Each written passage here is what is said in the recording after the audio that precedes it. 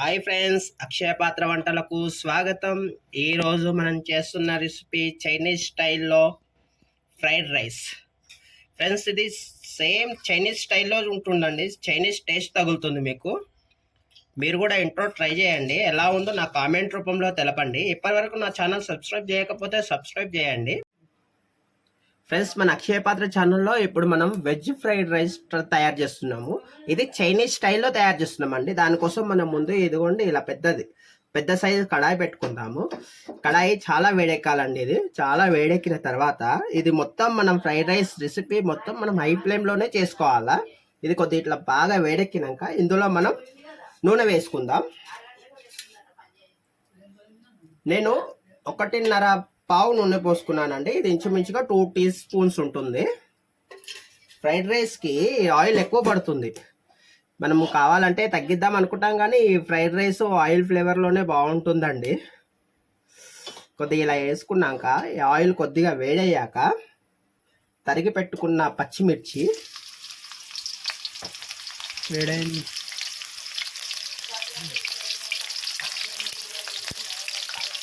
వేడైనాక ఇందులో మనం క్యాబేజీ తురుము, బిన్నీస్ తురుము, క్యారెట్,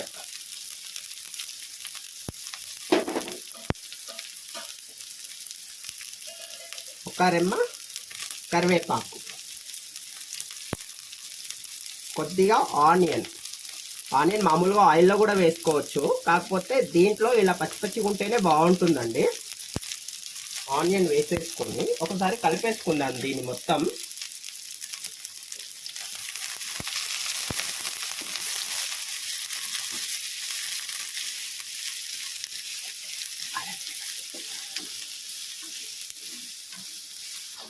ఫ్రెండ్స్, ఇలా కొద్దిగా మాగిన వెంటనే ఇందులో కొద్దిగా అల్లం వెల్లుల్లి పేస్ట్ వేసుకుందాం. కొద్దిగా అల్లం వెల్లుల్లి పేస్ట్ని ఇలా వేగనిద్దామండి, లేకుంటే పచ్చి వాసన వస్తుంది ఇది మనకి. ఇలా వేగిన వెంటనే ఇందులో మనం రైస్ వేసేసుకుందాం. ముందుగా నేను వండి పెట్టుకున్నానండి. బాస్మతి రైస్ వాడట్లేదు నేను ఇక్కడ. కేవలం కర్నూలు సోనా మసూరి రైస్ మాత్రమే వాడుతున్నాను. కాకపోతే ఆ రైస్ని కొద్దిగా మీరు మెత్తగా కాకుండా పుల్లుగా వండుకోండి. చూడండి, నేను తీసుకున్న ఈ రైస్ ఇద్దరికి సరిపోతుందండి. ఇద్దరికి సరిపోయే క్వాంటిటీలో తీసుకున్నా నేను. ఇది మొత్తం హై ఫ్లేమ్లోనే చేసుకోండి. రైస్ వేసి ఒక్కసారి కలిపేయండి.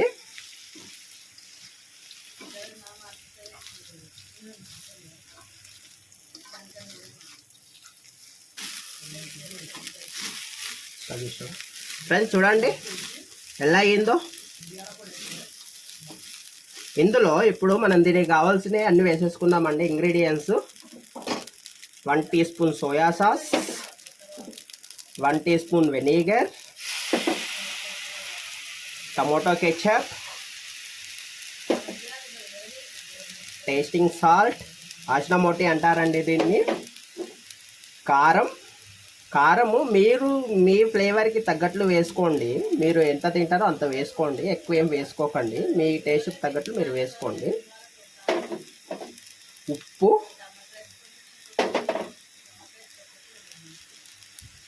కొద్దిగా మిరియాల పొడి, చివరిగా కొత్తిమీర వేసేసుకోండి. మొత్తం కలిపేయండి.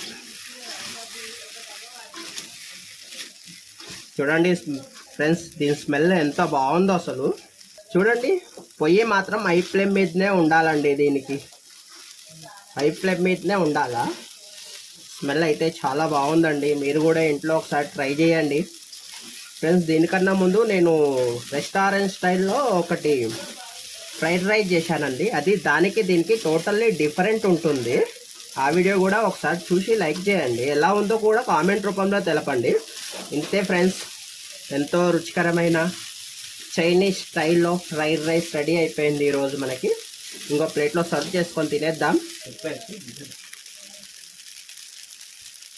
ఫ్రెండ్స్, ఎంతో రుచికరమైన చైనీస్ స్టైల్లో veg fried rice. Street side స్టైల్లో కూడా ఇలాగే చేస్తారండి దీన్ని.